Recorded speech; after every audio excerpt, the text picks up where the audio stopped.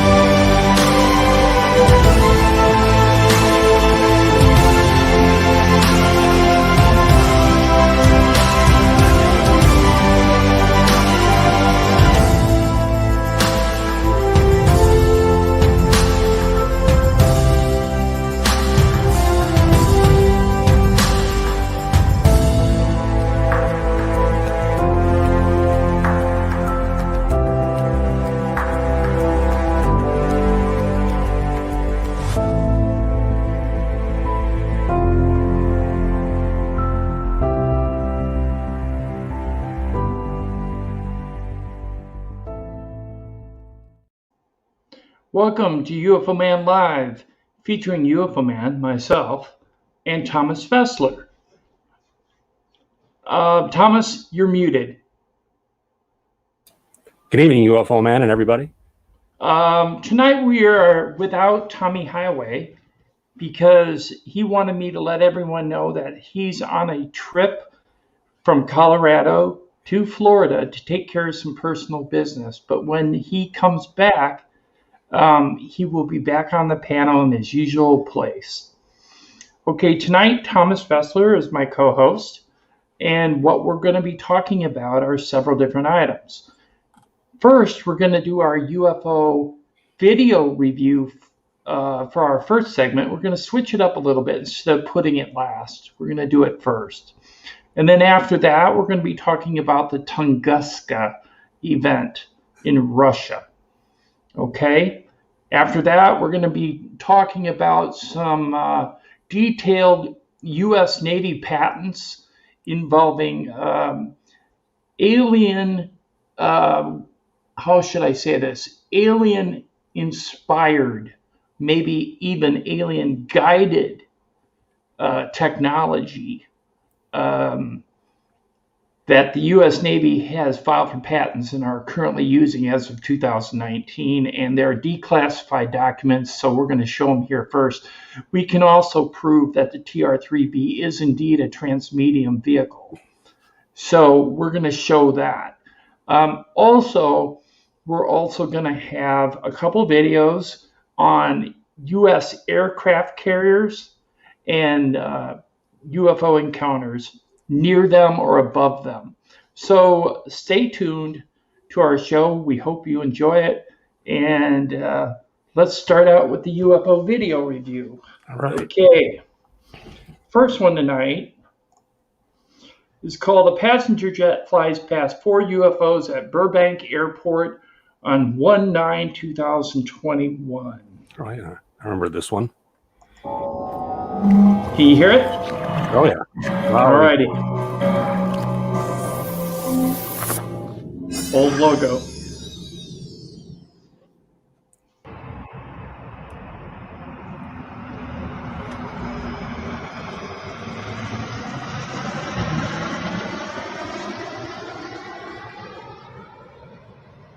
That plane had to have seen them. Wait a minute. I just saw these four UFOs. These four. Weird. UFOs in another video that you just put out a couple days ago, Tim. No, not these 4. It's But different.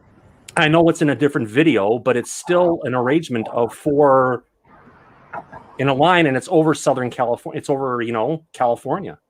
Right. I wonder if it's related. I don't know. It might be. Yeah. I'll show the other one in a little while. Yeah. But that gives even more credence and precedence that this could be, really something else up there, because if you're seeing it, the same thing over a couple, weeks in between, very compelling. Right. Now, I wouldn't have been concerned with this in the fact that I thought it was just orbs in the sky, but I have to say that a grouping of 4, when you only see 3 at first and then 4 pop back in, that to me is compelling. Yeah, and that's the same pattern in the one in Sacramento. Right. There's 4, but that one of them just kind of keeps on going in and out. Right. There's the picture of it right there. Let me stop it. You can see the 4 main lights and the plane. Now, I don't know how close that plane was, but it sure looks like they were close to each other. I haven't really found any reports from airlines in regards to this. Of course, I think even with the less, how airline pilots were kind of restricted from reporting UFOs. They're not so much anymore, but I think there is still an air of worry from pilots. So they may not have reported this. I don't know. I'm going to look into it, and we'll get back to you on the next live stream. Based on the size of those orbs, they could be further away from Burbank Airport and closer to the San Gabriel mountain range, which isn't too far away. And if the case they were close, we'd figure that air traffic controllers would do something to divert traffic of the due to a potential impact. But either way, they're in the same horizontal plane, and they're not that far apart. Okay, this is the one over Sacramento that he was talking about.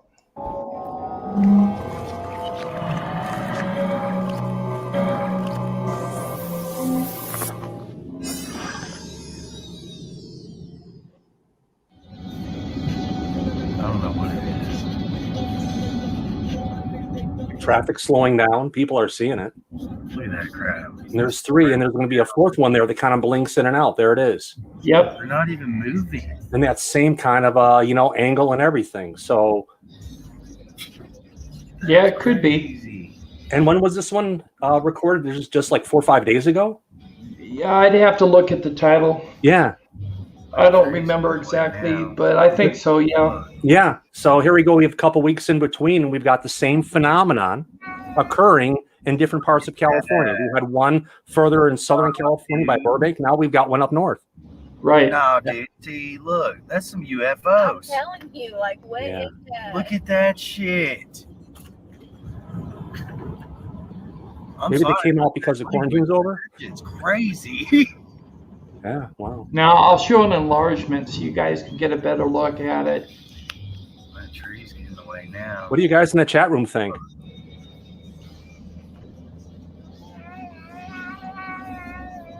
Look at that. No, dude. Nah, dude. No, dude. See, look, that's some I'm UFOs. telling you, like, what Nah, is see, that? look, dude, that's UFO. We got to make a T-shirt off of that one, UFO man. I'm sorry for the bad language, but that shit's crazy. Yeah. Okay, that's the one in Sacramento. Okay, let's see here. This one's an interesting one as well. This one shows structure. This is a large egg-shaped UFO over France, estimated at about 60 feet across.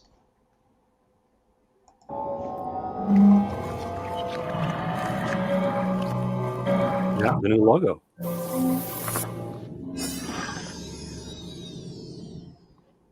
La confirmation est arrivée. Paris est habité.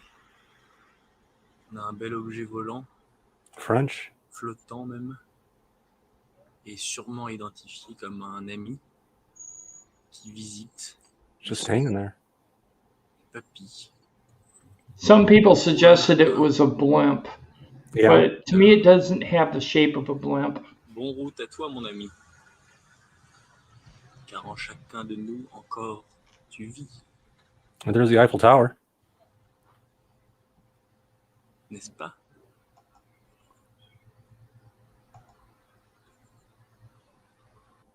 Bon, les petits amis, la confirmation est arrivée. Paris est habité. On a un bel objet volant, flottant même, et sûrement identifié comme un ami qui visite les cieux.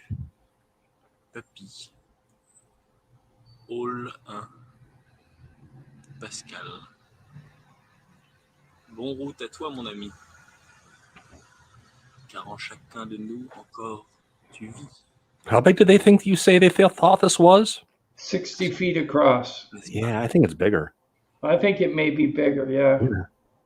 Just in relation to all the other buildings and everything that are alongside of it. That's the close-up of it. It definitely has a shadow. I don't know about the size, but that is definitely the image of it right there. It almost looks egg-shaped to me. Yeah, it does. More than a tic-tac. I think it's egg-shaped. Yeah, it also depends on the angle of how we're seeing it, because it looks like it's on like a 45-degree angle. We're not seeing it directly from the front or directly from the side. Right. Okay, this one is kind of interesting. I don't know exactly what this is. The guy says it's a massive rectangle. I mislabeled it as a triangle. It's not. It's a rectangle. Take a look at this and see what you think.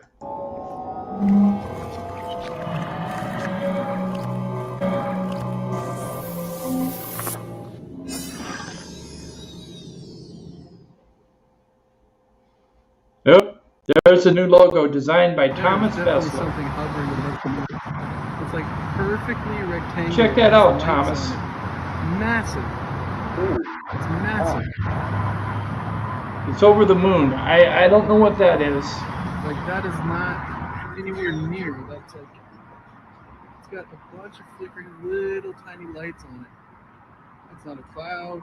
There's literally no clouds in the sky. Nothing. It's just hanging right out there over the moon like a freaking candy bar. Reminds me of seeing the smog hanging over downtown LA. But no, that's big.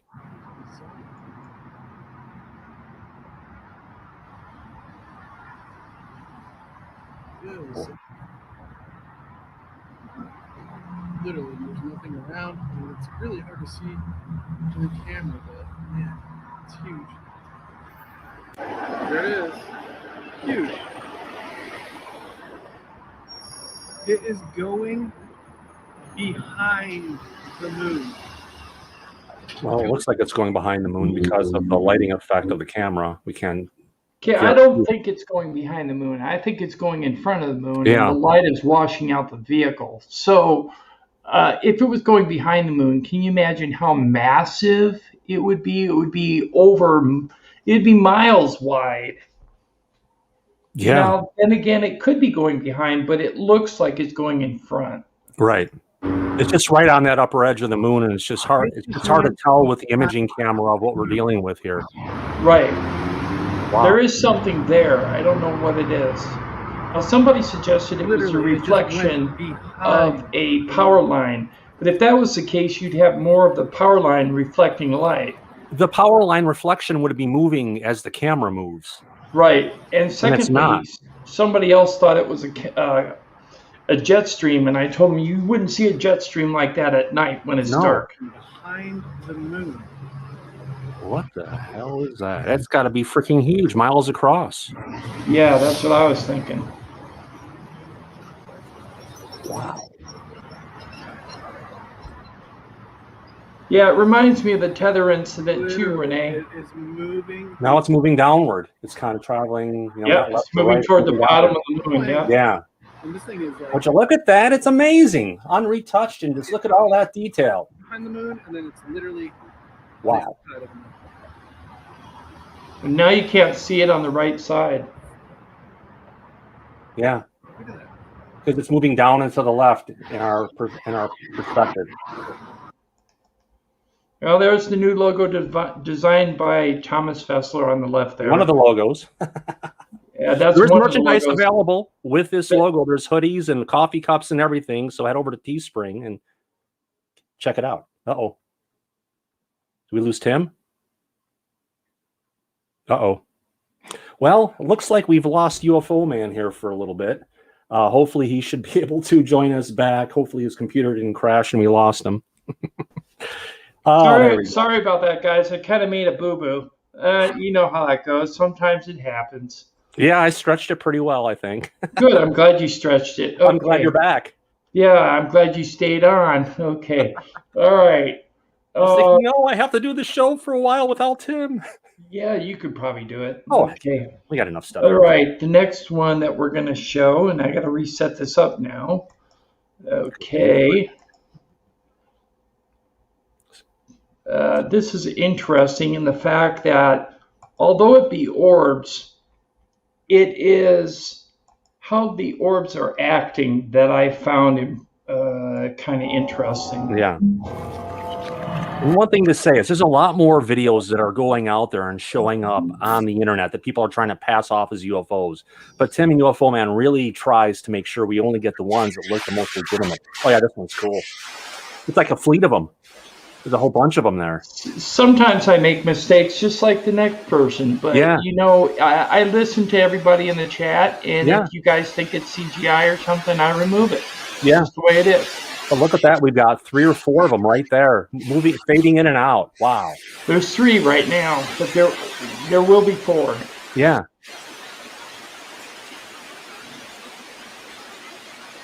UFO clouds. Well, you never know, but watch, Scratch. Watch what happens. Oh, it's swamp gas. There's the other one. Wow. There's the 4th one right there. Yeah. I mean, it's not like it's a flare that's just coming in, you know, going out and it's gone. They come back and go back and forth. And watch, here's another one they'll show you going into the cloud. So I don't know what that is personally now. I don't know. I don't think they're clouds, actually. No, heck no. There's too much light reflecting and there's too much movement going on. We have things coming in and going out. Too, Scratch. Yes, you're right.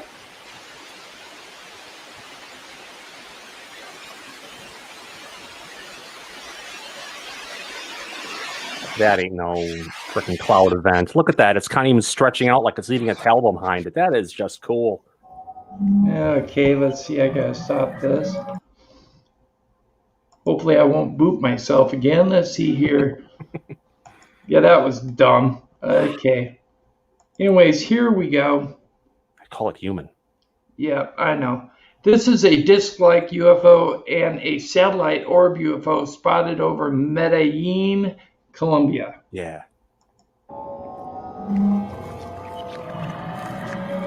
You know, now, one thing I wasn't too impressed by the large UFO. I was looking at the smaller one that is to the top right. You'll see it when we zoom in. Yeah, but if you zoom in and you look at it and you turn it upside down, it really looks like the pyramid at Teotihuacan. If I said that right. That's okay. Yeah. And then it also looks like what we discussed. It looks like a thermostat from a car. For a car. Yeah, but you know, in retrospect, after looking at that thing up close, especially when when it's kind of zoomed in and everything, the part that's inverted, it really has that look of the step pyramid that's in Mexico. Se quedó estátil, se quedó quietecito. Yeah. Se quedó quieto, no se mueve. En un solo punto. ¿Será un ovni? Yeah. Es que mira que no se mueve, hace ratico está ahí. There's more than enough foreground imagery and everything too, and the way it's sitting and moving and everything. It looks realistic. Y ese aparatico atrás será el que lo está guiando. She focuses back on it. She's kind of off of it now. Es que mire que no se mueve, vea, ahí está en el mismo punto. I'm trying to move my head to see the top of the right side of the screen, but it doesn't work. Yeah. Just kind of hanging out. Scaring the birds away. And it's slowly moving. See, I wonder about that. I think it's stationary and the clouds are moving. Yeah. If you look at the cloud behind it is pretty much in the same spot. Yeah, now that little satellite around it shows up, where it's up to the upper right-hand corner of it. Yeah, but we're going to zoom in on it so they can see it real Oh, I quick. know. I'm just kind of pointing it out right now because that's when it started showing up. So it is there, and it's another object that's moving right in concert with it. So now we just don't have one UFO. We have one main UFO and a little small one off to the side that's slowly moving around it. Even more compelling. In the video, you can actually see it. It seems like it's more. Oops, Yeah, sorry right about there. that. Yeah. Oops. It's right there. Yeah. And you can see the shape when it's upside down. That's the shape of the step pyramid. Okay, now you can see the little orb. Now, when we play the video all the way through, you can see it moving over the top of the actual craft a little bit, but it is moving in concert for the most part, like Thomas was saying. Yeah.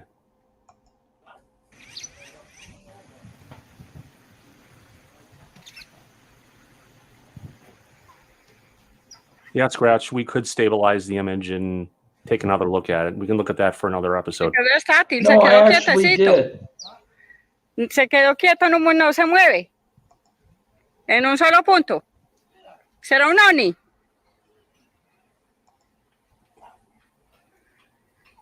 Es que mira que no se mueve, hace ratico está ahí. Thank you for translating, DB. Yeah, thanks, Alex. Welcome to the stream. Y ese aparatico atrás será el que lo está guiando. Es que mire que no se mueve, vea, ahí está en el mismo punto. There it is, going closer to the top, yeah.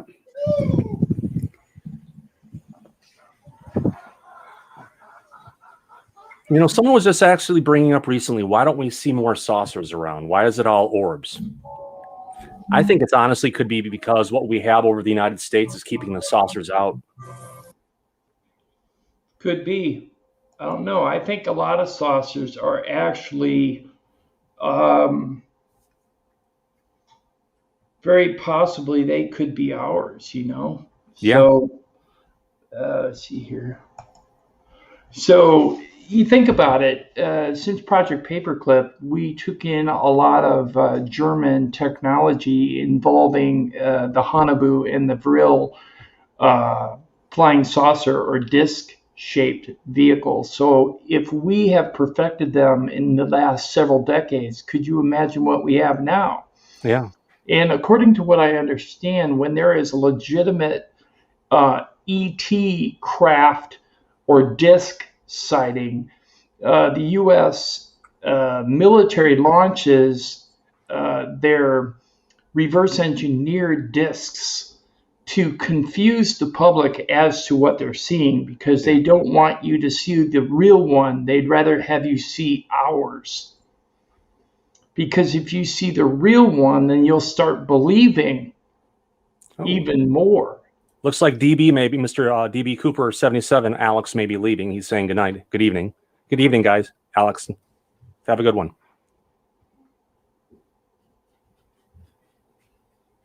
No, he's saying hello is what he's saying. Oh, I thought he said good evening. Well, DB, it's good to see that you're here tonight. I really appreciate it. Tommy had to go away on a trip to Florida. He's taking care of some personal business. So Thomas and I are trying to do a stream tonight. Okay, Thomas, let's go into the Tunguska event. Cool. And let me bring up the overlay here.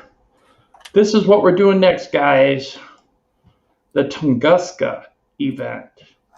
Okay, now we're just going to do our little spin on it because we have a couple of theories. Now, the two main theories are that a meteor exploded just above the tree line, okay, in 1908, or a spacecraft blew up above the tree line. Neither hypothesis can be proven. Let's see here. I'll put this one up. This is the meteor idea, a 500-foot meteor flattened 80 million trees when it exploded over a remote region of Russia in 1908. Nobody was killed. Check that out, though. Shockwaves felt in Britain 4,000 miles away. Light from the blast was seen in the United States. That was in 1908. Yeah. Also, it flattened an area of forest bigger than London. 2,000 kilometers squared impact area. Yeah. Okay, now you want to see the size of supposedly the meteor or the UFO. It was estimated at 65 meters across. I don't know what that is in feet, Thomas. Can you find out what that is in feet? About 2.5 feet a meter or so. So it's probably let's just say at least 100, probably 140 feet. 140 feet wide. That is amazing. Now, just to give you an idea, this is what it looks like now in Tunguska. Okay? Back when they leveled the trees, here's a historic picture of the trees being leveled and laying out flat from the blast crater. Okay, now the crater really wasn't a crater. No, because it's up on top of a hill. It's on top of a hill, but it's flat. There's no crater in the ground like you would see if an asteroid hit the ground, or if you saw like a volcanic crater. It's not like that. It's flat, but no grass, or not grass, no trees will grow there. Yeah. Not ever since that happened. This is the theory. A lot of people think that it was a major asteroid that exploded, broke apart above the trees, creating a huge blast wave. Now, this is how big the blast wave is. If you take a look, the red dot is where it blew up, and you could see how far out it went around this purple circle. Okay? That's why 80 million trees were flattened. And that's just an estimate. It could have been far worse. Yeah. So, for the most part, scientists think it's an asteroid or a meteor. But like I said, there's another theory that it could have been an alien vehicle that blew up right above the ground because there is no crater. Thomas, what information do you have? Let me get out of here. Okay. And I will bring you up here. Cool. And you can talk about it. Cool. I've got a small little write-up that covers some of the stuff that Tim has already talked about, but I'll just kind of get through this quickly. The Tunguska event, the year is 1908, and it's just after 7 in the morning. A man sitting on the front porch of a trading post at Vinaras in Siberia. Little does he know, in a few moments, he'll be hurled from his chair, and the heat will be so intense, he will feel as though his shirt is on fire. That's how the Tunguska effect felt 40 miles from ground zero. Wow. On June 30th, 2008 was the 100th anniversary of that ferocious impact near the NENNINE Tunguska River. Sorry about my pronunciation on that. In remote Siberia. And after 100 years, scientists are still talking about it. While the impact occurred in 1908, the first scientific expedition to the area would have to wait for 19 years. In 1921, Leonid Kuluk, the chief curator for the meteorite collection of the St. Petersburg Museum, led an expedition to Tunguska. But the harsh conditions of the Siberian outback thwarted his team's attempt to reach the area of the blast. In 1927, a new expedition led by Kuluk reached its goal. At first, the locals were reluctant to tell Kuluk about the events, said Yeomans. They believed the blast was a visitation by the god Agli, who had cursed the area by smashing trees and killing animals. While testimonials may have first been difficult to obtain, there was plenty of evidence lying around. 80 million trees. 800 square miles of remote forests have been ripped asunder. 80 million trees were on their sides. laying in a radial pattern. Those trees acted as markers, pointing directly away from the blast epicenter, said Yeomans. Later, when the team arrived at ground zero, they found the trees there standing upright, but their limbs and bark had been stripped away, and they looked like they were a forest full of telephone poles. Now, such debranching requires fast-moving shock waves that break off the tree's branches before the branches can transfer the impact momentum to the tree stem. Well, that's something I didn't know. 37 years after the Tunguska blast, branchless trees would be found at the site of another massive explosion in Hiroshima. So, talking about it from a global, a big sense, the massive explosion packed the wallop. The resulting seismic shock wave registered with sensitive barometers as far away as England. And I'm sure if we had those tests in the United States, it would have been found worldwide, not just in England. Dense clouds formed over the region at high altitudes, which reflected sunlight beyond the horizon. Night skies glowed, and reports came in that people who lived as far away as Asia, and also the United States, read newspapers outdoors as late as midnight. Well, maybe not that part. Locally, hundreds of reindeer that lived of local herds were killed, but there was no direct evidence that any person perished from the blast. Now, let's switch over. Oops, close this out, and I need to get across to, give me a second here, sorry about this. Let's jump across to our starting place in the home of UFO Man in Minnesota. Now, if we go from Minnesota and we take out and we go to Tunguska, Siberia, we're going to zoom into the area right off to the side, because what I want you to see is the height of what we're looking at. In the area, the hill where the impact crater was is higher than any of the surrounding area. So a lot of the deforestation in areas we've seen where the, still till today, nothing refuses to grow. There's no trees or anything. There's a good reason for that. And it's not because it's from being underwater, submerged, or some other kind of effect. It's because whatever hit from when that thing disintegrated, it's put something into the surrounding ground that's prevented the plant life from coming back. Now let's take a closer look. That's why the trees were laying downhill in the images, because it was falling away from the hill. Right.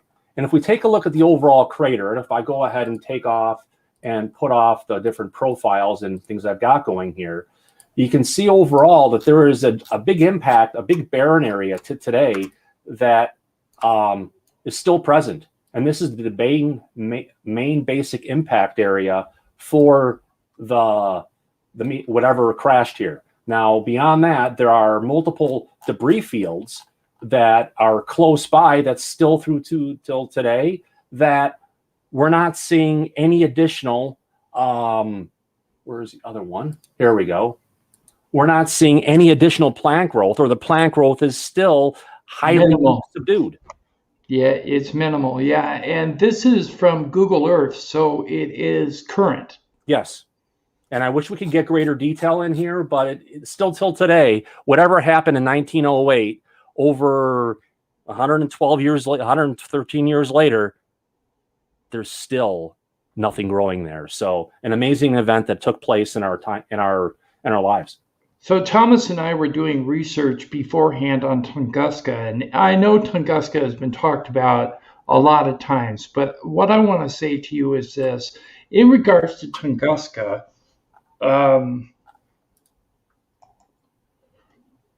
it has not been determined yet what caused the blast crater. Scientists cannot make a definitive statement in regards to what was the cause. They want to say it's an asteroid. They want to say it's a meteor. They found meteorite bits inside the circular area of Tunguska. But that doesn't mean anything, because meteorites are hitting the Earth constantly. So what I'm going to say to you is this. It could be either or maybe something else that we are unaware of. But something major happened, and we just wanted to highlight it on here. It wasn't, it was Tommy Highway's idea for this segment, and we're doing it for him because he's gone. Thank you, Tommy Highway. We appreciate your segment idea. Absolutely. Okay, let's see what they're saying in the chat. Okay. Can anyone explain? All right. To me what Scratch is saying? Can anyone explain to me why Google Maps shows no ice, snow, ice in Siberia? Well, Scratch, you have to go to Google Earth Pro, and there's an ability where you can go ahead and change the timeline and see the different imagery of what's there. Now, what Google has currently selected is a picture from summer, but if you want to see it from different times of the year, just go ahead and Google Earth Pro, and you can go ahead and change the actual time and be able to see many different versions of the imagery that was captured at that location. Yeah, Scratch, I happen to know for a fact that 3 months out of the year, they have summer, fall, and spring. It's 3 months long. And then after that, it goes right back to the permafrost state. Yeah. So that's maybe why we're not seeing it. We're seeing it because of the summertime, like Thomas was saying. But 3 months out of the year, they have what they call warm weather, which is like 30 or 40 degrees. So, you know, that's warm for them. So, okay, now we're going to go on to something that Thomas has been talking about to me for about a week. Some U.S. Navy declassified documents in regards to UFO patents that were probably guided by alien beings with human interaction with alien life forms. Okay, that's how we got the technology, and we're told how to build it. So, Thomas, take it away. Absolutely. Thank you, Tim. There is some recent news that came out about some patents from Dr. Salvatore Pais, who is from the U.S. Navy, and had came up with a whole bunch of really bizarre, as they call it, UFO patents back in 2016 that were granted by the USPTO in 2018 and subsequently declassified. As time has been going on since this initial event of us finding out about these cool things that they're doing, there's more information coming to light as we're getting more documents declassified. Now, let's take a look at, okay, so some back history. Dr. Salvatore Pais worked for the NAWC, which is the Naval Air Warfare Center. And here's a picture of him, along with a lot of the illustrations that go along with the stuff that he's created. Now, really, the kind of revolutions in science and technology and energy production and transportation and everything that this guy is bringing to us today makes him really a real-life version of Zefram Cochrane from Star Trek. You know, the guy who invented the warp drive and was so important, and aliens, we had to go back in one of the episodes and make sure that he did what he needed to do. This is the guy, because the technologies that this one man directed and came up with in a very short amount of time, there was no way any one person or any teams of people on the earth that could make so many advances in such amount of time. I mean, in 2016, he went and he filed for the patent for a craft using an inertial mass reduction device, and that's one of many patents that was granted. He has one for a plasma compression fusion device, which is basically a fusion reactor that's smaller than a shipping container, which is amazing. We can't even build that today. Electromagnetic field generators into way to create electromagnetic field, high frequency gravitational wave generators. So this is something that bends the gravity around a ship and allows it to pass through different environments, space, air, water, unencumbered. Also laser augmented turbojet propulsion, a craft using an inertial mass reduction device, which kind of looks like our TR-3B, and piezoelectric high-induced temperature semiconductor, which that basically means it's a superconductor magnet that can run at room temperature. When he brought this out, everyone said, there's crazy, there's no way we can have that. Guess what? Proof of the technology came out about 3-4 months ago. So it really aligns to a lot of the stuff that what's going on, but it even gets better. If we take a look at, shows this. This is one of the patents they have for one of the ships that they're talking about. That's transmedia. It's called the Navy patented hybrid underwater aerospace craft. Although we agreed that it was hyperatmospheric, which Yes. means it can travel in space, our airspace, our atmosphere, and underwater. Now, this is where Thomas can prove that the TR-3B triangular vehicle is a transmedium vehicle. Yeah. 2 live streams ago, we were questioning whether it was, due to a Tucker Carlson news report talking about a triangular vehicle exiting the ocean in front of an aircraft carrier. So this is actually evidence that, yes, the TR-3B does have transmedium capabilities and other triangular vehicles. Go on, Thomas. Oh, absolutely. What's really cool is Pius's name is the inventor on 4 separate patents for which the U.S. Navy is assigned. Now, here's the thing I have to say. The Navy? Really? It doesn't make sense. We think this would be coming from DARPA or NASA or somewhere else in the government where it's really high technology. But you got to remember, the Navy is the one who has all the contact with all the UFOs, all the Tic Tacs, all the different things, and they're out there with their ships all the time. So we're talking about the possibility of cooperation going between the U.S. Navy and some other extraterrestrial or ancient terrestrial force that's here on the planet that's creating this stuff, because there's no way we could have come up, as I said earlier, with all this technology from one man in a very short amount of time. Someone, and this isn't being reverse engineered because it all came at once and it's all there. And more importantly, if all these things are as exciting as they are, I would almost stick my hand in fire to say that we had someone guide us and show us and tell us how to build this stuff and what we need to get there. So, you know, yeah, that could have been part of the agreement made with Eisenhower at Muroc. You know, the exchange of technology over years and years of time.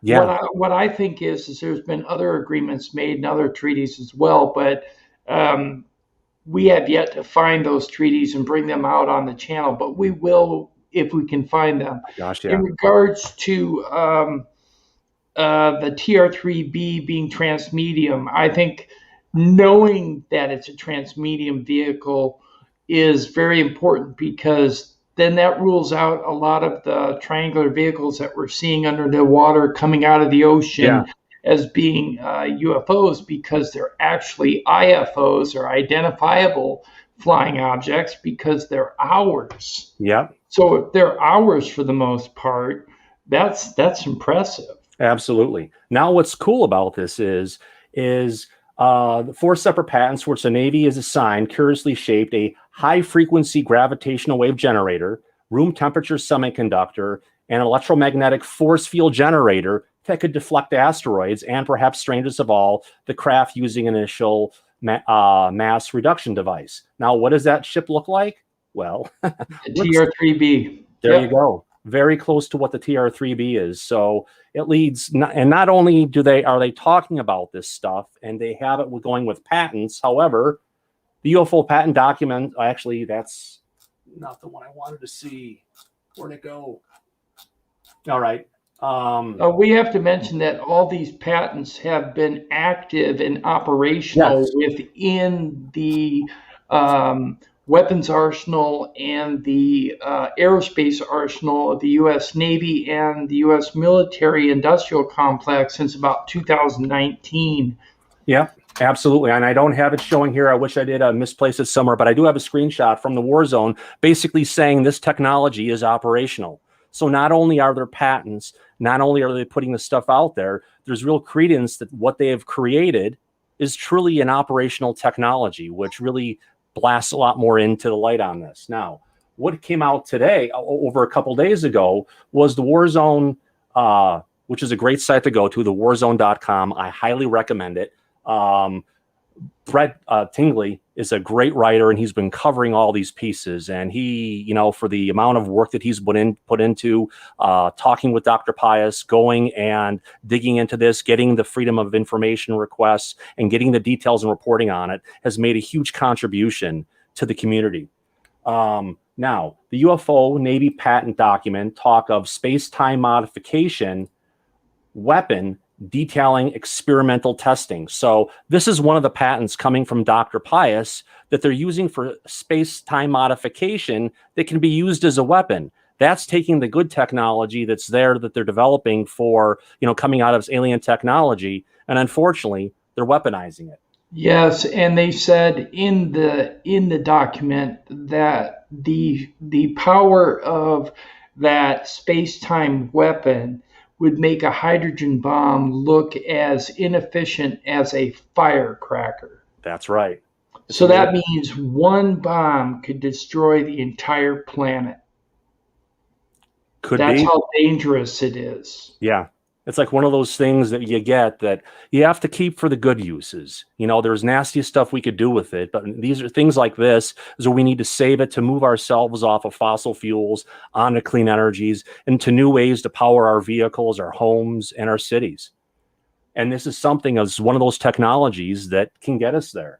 Now, coming from the initial documents, this is one of the documents that was declassified and gained by the war zone.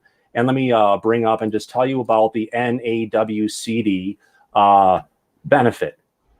Realization of this, they call it the HEEMFG technology, moves the propulsion and power arena beyond gas dynamic systems and enables the design of a fuel propulsion-based hybrid aerospace undersea craft capable of multi-domain missions, controlled motion of electrically charged matter from solid to plasma via accelerated spin and or accelerated vibration under rapid acceleration transients can result in the high-intensity electromagnetic energy flux. Wow, that's a lot of words.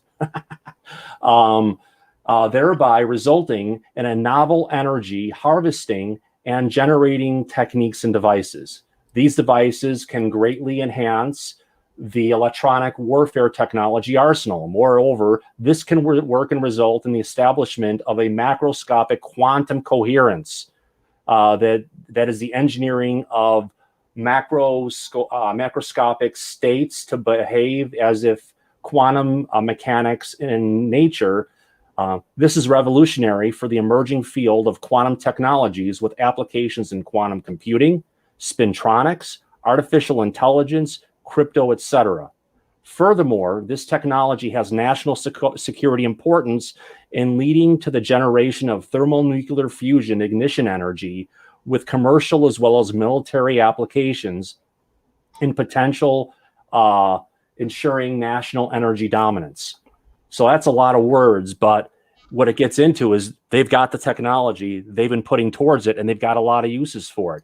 Not only that, there was an initial spending of $466,000 that was put towards this project in fiscal years 17, 18, and 19. Yeah, but the thing about it is I'm sure that $417,000 was drastically more than that. They're just not reporting it. Exactly.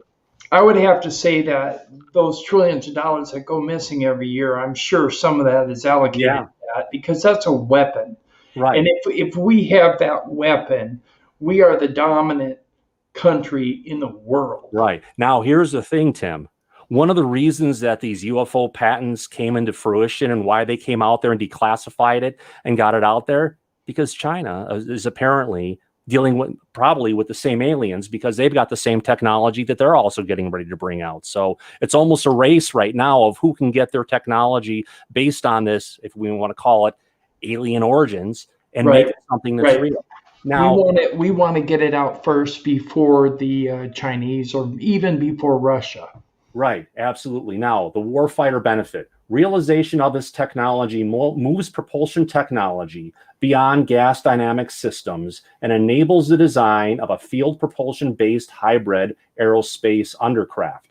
Now, aerospace undersea craft. Now, one thing I should say is when we got our new national space policy that was signed into law about 3 months ago, part of that was the authorization to use nuclear-based power systems for warcraft and for space exploration. So how does that tie into this? Well, they have a transition date for going to this new technology planned for 9/30/2019. So granted, we're in 2021 and things have been, you know, kind of delayed around the world for things that have been going on. This stuff is real, folks, and it's on its way. And if it's not out there already, because now we have the federal government authorization to start using this technology. And if they're using it, it could be part of Space Force already. You know, Space Force being enacted last year and all. Perhaps they have that under the umbrella of that actual organization, and that's where they're utilizing that technology through the U.S. Navy and other facilitative groups. Absolutely. Great point, Tim. Couldn't agree with you more. Now, this is their marketing pitch, if you want to call it, talking about potential uses. What is the Navy's potential use for this invention? This is for them basically trying to show it to people in the Pentagon and other places to say, hey, this is good stuff. We need more money. But this is where the really cool stuff has been written. Imagine our Navy ships, submarines, aircraft, and Marine Corps armored ground vehicles being powered with a safe, reliable, virtually limitless fusion energy. See, fusion. It's important. Imagine the power of the sun confined in a compact, relatively small space. With plasma compression fusion devices, PCFD, this figment of imagination becomes a tangible reality. Right. The present invention, meaning it we exists, have it now. Yeah, can produce power in the gigawatt to terawatt range and higher, with input power in the kilowatt to megawatt range, and possibly lead to ignition plasma burn, which is like for burning a plasma and, you know, plasma output to go ahead and, you know, do space travel. Do space travel. Now, if you listen to what they said there, they're turning a kilowatt into a gigawatt. And they're turning a megawatt into a terawatt. So they're seeing this huge exponential increase in power, small amount of power in, and huge amounts of power out, which is just amazing technology that we're getting to. Right. Probably from the same UFO technologies that we're seeing flying around in our airspace. Under uniquely defined conditions, the plasma compression fusion device can lead to the development of a space-time modification weapon. A weapon that can make a hydrogen bomb, as Tim said earlier, seem more like a firecracker in comparison. Extremely high energy levels can be achieved with this invention under pulsed ultra-high current, ultra-high magnetic flux density conditions. Is there a potential commercial use? Yes. The design of thermonuclear fusion reactors for safe, reliable, limitless energy for commercial electricity generation. This goes down to their fusion reactors that they have patented that are smaller than a shipping container. Now the fusion reactors they're building in where is it? In England and over in China are bigger than our nuclear reactors now. But now we're going to start with our first one that's smaller than a shipping container. Another sign to show that this ain't our tech. We got this from someone else, and I'm glad we got it and we're able to work with it. The design for fusion-driven aircraft jet engines. The design for fusion-induced intergalactic space drives. Yes, which automatically tells you that we already have intergalactic travel. Well, what was it? The CEO, Ben Rich, in '94 said that we already had that capability. So maybe this is just a newer version of that. Yeah, but either way, this is warp. If you want to call it warp drive. And this is why when I saw this, the light bulb went off and said, dang, that's freaking Zachary Cochran, Zachary Cochran from freaking Star Trek. We've got all the stuff we need for interstellar travel. It's amazing. Yeah, but we've had interstellar travel, like I said, since '94. At least that's when it was revealed by Ben Rich, the CEO of Lockheed Martin Skunk Works. Now, that doesn't mean we had it then. Maybe we had it before that. And maybe we had it from ships that we tried to reverse engineer and figure out that were part of, Area 51. But on the converse side, this isn't stuff we're reverse engineering. This is stuff we're developing, and there's no problems as far as leaking radiation and killing people and a whole bunch of other stuff and things that almost work. We've got stuff that fully works, that's usable today. Just to show you how real this is, we've got the overall test schedule of showing what they're doing of EM flux detection instrumentation, going all the way through reporting results. And this is their activities for 2019.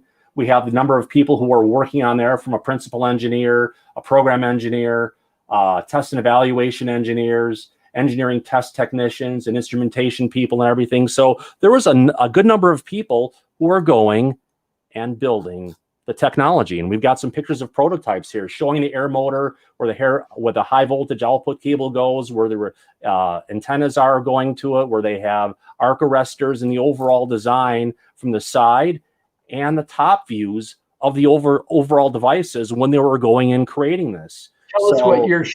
You're showing the fusion reactor, right? I'm showing the actual, not the fusion reactor. This is the one that goes and spins up and creates the overall field that goes ahead and creates the space electromagnetic wave field. Right. Now, exactly? Now, what we should bring up is when they were going and doing this, and you see the spindle and the capacitor in the upper right corner, right up above me over here, there was a difference in this particular experiment. In order to go ahead and get the effects they want, the spindle has to have rotation to a certain amount with the capacitor to go ahead and gain to create the field that they call the pious effect. What this didn't have was the necessary hardware to create the vibration that goes along with the rotation to actually make the pious effect come into play. Now, does that mean they don't have it?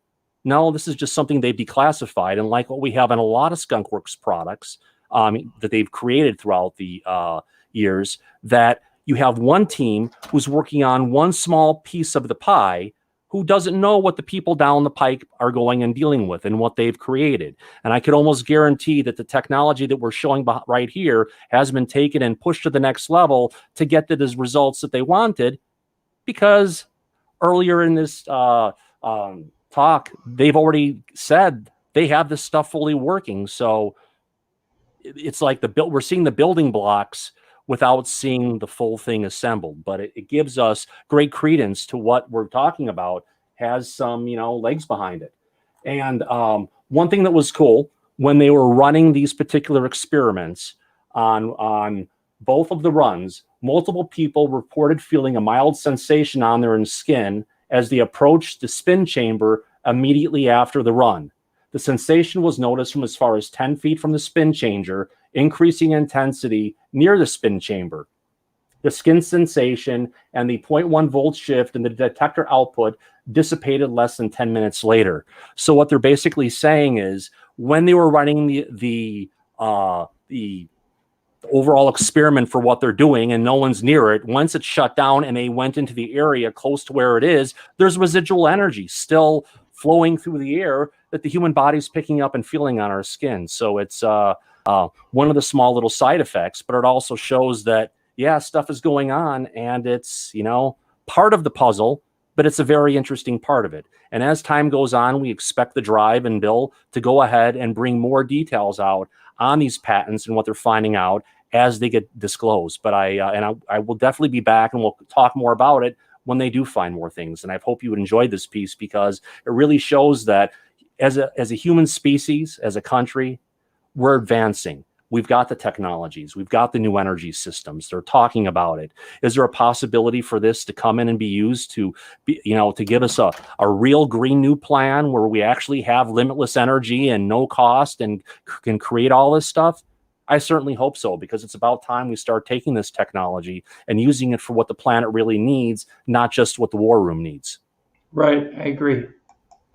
And that nice presentation, Thomas. Thank you very much. Thank you, Tim. We are going to go on to our next segment, which is a video on. It is a video on up to a quarter-mile wide pulsating orb UFO seen hovering over the USS J.F.K. This is a military sighting. Don't know for sure if this is ours, but let's take a look. Can you hear it, Thomas? No. Okay, hold on, Matt. Gotta redo this. Sorry, guys. No, that's all right. All right, go back in here. Like I said, they should make sound the default mechanism. They don't do that.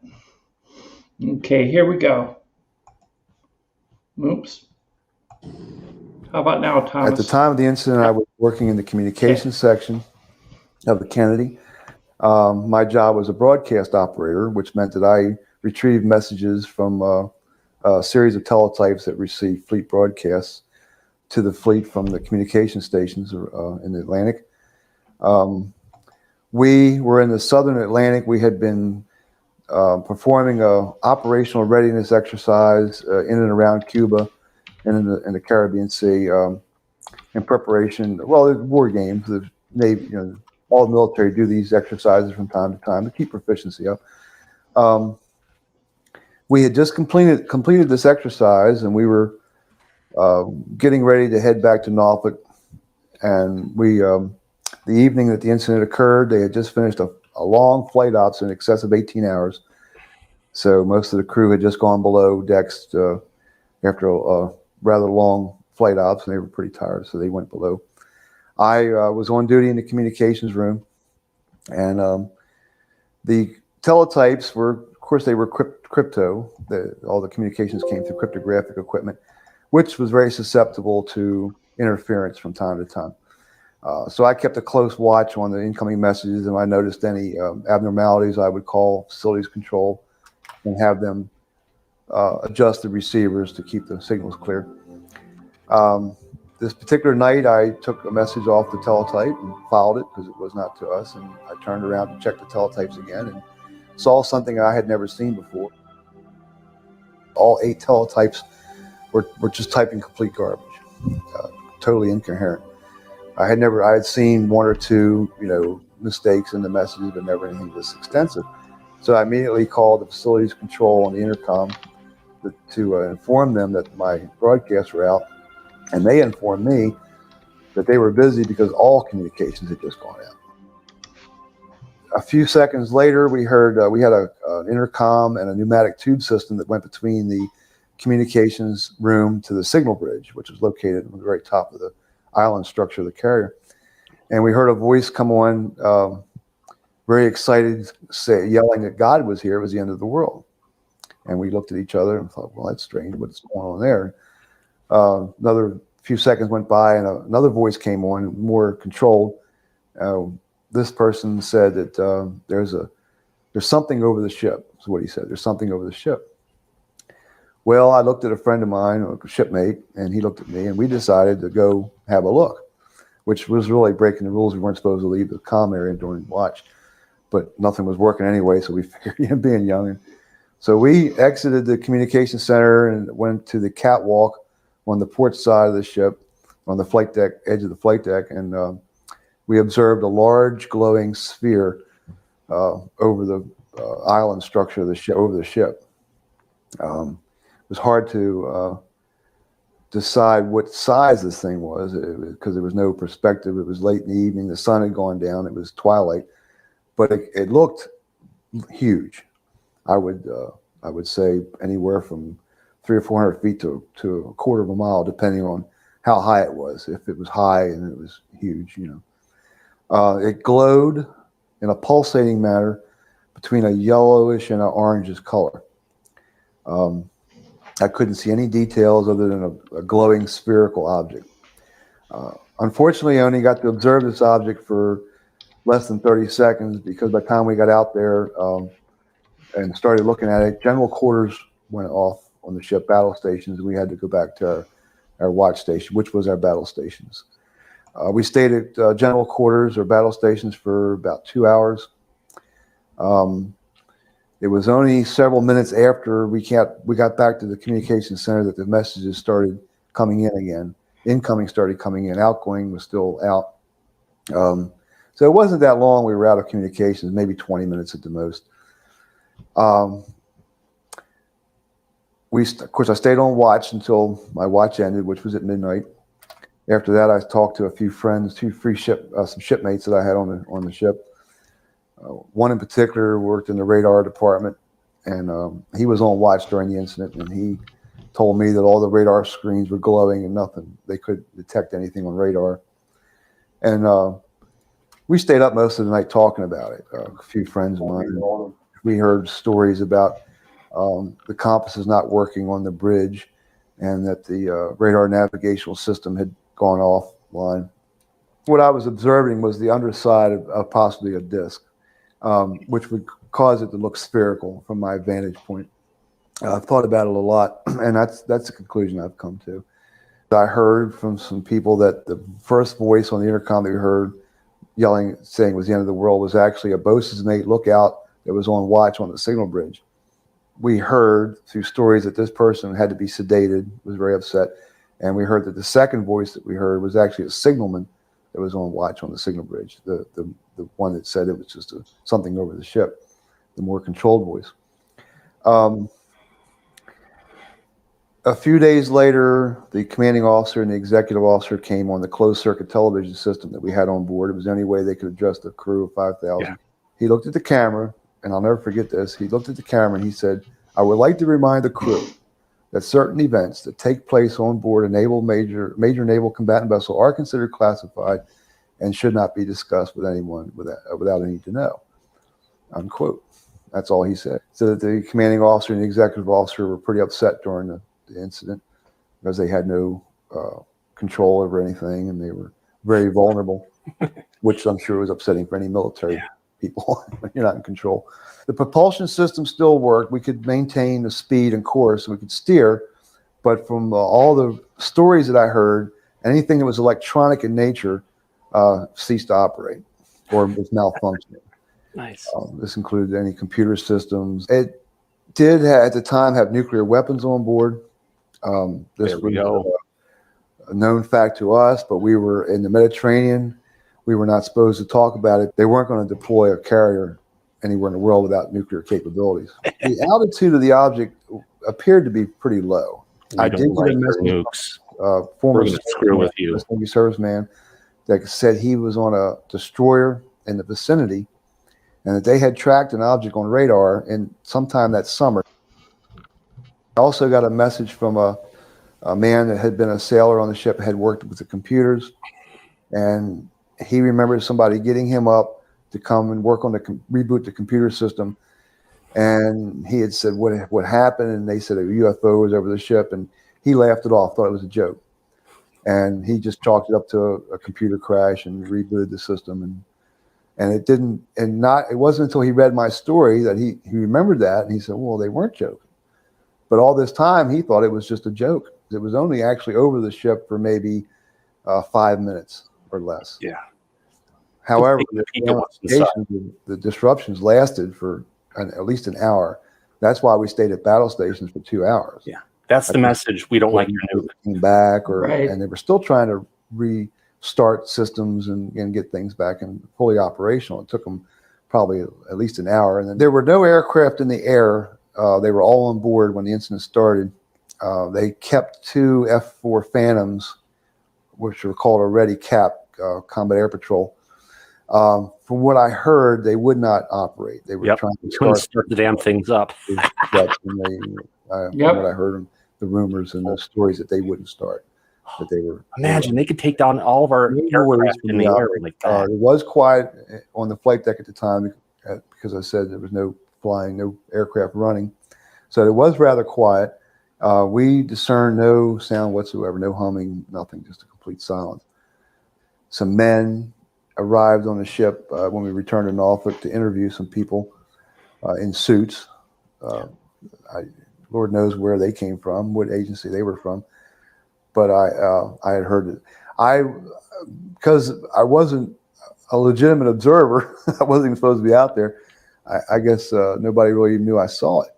But I'm sure the rumor I heard that all the bridge crew, people that were on the bridge, were interviewed by these gentlemen in suits, and some people in some operational areas, radar. And we had an organization on the ship called IOIC, and it was Integrated Operations Intelligence Communications, something to that effect. I don't remember I remember the acronym, but I don't remember the exact meaning. And I'm sure I had heard that they were out taking pictures of this thing. I'm convinced that there's something to it. I'm convinced that the government, somebody in the government knows a lot more than we know. I have my own theories of why it's being hidden. I think it's the reason that the information is being kept from the public is there are many reasons, not just one particular reason. And what would those be? They probably feel that the general public couldn't handle the knowledge of extraterrestrial visiting. I think that they have information that would seriously undermine the economy of the country. I think there's devices that they have that could produce energy at very low cost and with no pollution, but the corporate greed prohibit that. And that would be Morgan about City. About the cover up. Yeah. I think of all the pollution there is, Rothschilds could have been saved. That would bother me more than anything. And also, I think anytime the military discovers something like this, they want to keep it quiet because they don't know who knows about it. And there's a paranoia in the military. I've seen it. It's definitely time to make this disclosure on this. It's been kept secret too long. Mm-hmm. I think we have a right to know what we have to face, be it an asteroid heading for Earth or an extraterrestrial visitor. Absolutely. Or as I like to call them now, an ancient terrestrial, because we don't know how long they've been here for. Right. We just don't know. Yeah. That was a large sphere, 1/4 mile wide. It's huge. That's huge. Over an aircraft carrier. Yeah. No sound. Reported by many people on board. And according to the gentleman, I read up a little more on it, there were 5,000 people on board. Yep. And it shut down all of the computers, all the nuclear bombs, everything. Go ahead, Tim. Sorry. Well, the thing is that the people that were on board, not all of them got to see it because they were at general quarters. And when they go to general quarters, they got to stay on their station. Yeah. And if it's inside the ship, they can't go out on the catwalk and take a look. Only some people who actually went out there saw it. So this is a recorded testimony to someone who snuck out on the catwalk when he shouldn't have. Yeah. And actually saw it. Yeah, well, they had that 5 minutes of time to get out there and check it out before it went to general quarters. So those people who got the word that something was out there, get up to the top of the ship, and check it out. But it was even cool. He was talking about the next day, the guy was coming on the comms across the ship, and he just sounded all distraught and upset. Yeah. From what I understand, these type of sightings are reoccurring, I would say on a monthly basis out in the ocean over aircraft carriers and around nuclear-oriented vehicles. They seem really interested in our nuclear capability, and I basically think it's because they don't want us to destroy the planet. Yeah, they live here too. They're here too. And they've been probably working on this planet for tens of thousands, if not hundreds of thousands of years. And they don't want their little ant farm to blow itself up. Yeah, if we blow up the ant farm and the container that holds the ant farm, then the people or beings that are living here will also be destroyed. So that would be a definite no-no. But it's definitely go ahead. Go ahead. No, make it. It's definitely a clear message. We don't like your nukes, and we're going to shut it all down and give you the message of stop it. I mean, not just nukes, but that new weapon that we talked about tonight from the U.S. Navy Development Corporation, the NAWC. I think they're going to really be watching that, and that may even increase sightings worldwide because of that if it's actually deployed. And they deploy it as a weapon versus using it as the clean energy source, which is probably the reason they gave it to us in the first place. Not to use it as a weapon, but to use it as a small, fusion-based power plant. Yes, Occam, you're talking about the human hybrids, right? The hybrids. Yeah, I read about them recently. Yes, I agree with you. They have infiltrated the evil group as well as the non-evil group. So that's something you talk about in another live stream. I want to thank everybody for coming out tonight. Thomas, I want to thank you for all your But we got one more thing on the subject of what Occam brought up before we cut this off, Tim. Okay, what's that? George Knapp was just basically in one of his interviews that he just had over the last weeks. One of the things he said is that you'd be surprised is that, you know, aliens, as we would call them, are right underneath our nose. So do we have these hybrids? Do we have aliens that are within our society, within our civilization and population? It sure sounds like we actually have more than just plain hybrids. If you think of them as hybrids, those are the closest to human-looking alien hybrids that exist. They're called hybrids, Hubrids. Nice. And they do walk among us, according to many people in the ufology circles, and also researchers have made that declaration. So keep your eyes open. Maybe the person sitting next to you may not be entirely human. Maybe one of the people in our chat room is not human. Yeah, Occam might not be human. Okay, anyways, thanks to everybody in the chat room for coming, and thank you to everyone for putting up with live stream where there's no Tommy Highway. Hopefully he'll be here in a week. Tommy, we miss you. We hope you're safe. And let's see here. Here we go.